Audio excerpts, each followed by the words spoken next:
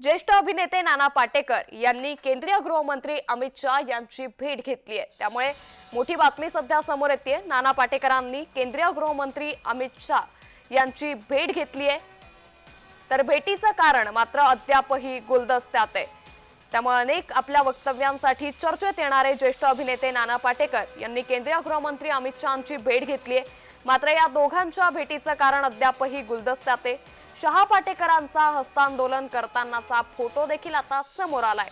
त्यामुळे या दोघांच्या भेटीमागचं नेमकं कारण काय हे अद्यापही स्पष्ट झालेलं नाहीये।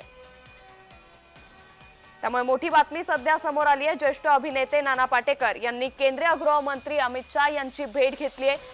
नाना पाटेकर आणि केंद्रीय गृहमंत्री अमित शाह यांच्या हस्तांदोलनाचा फोटो देखील आता समोर आलाय।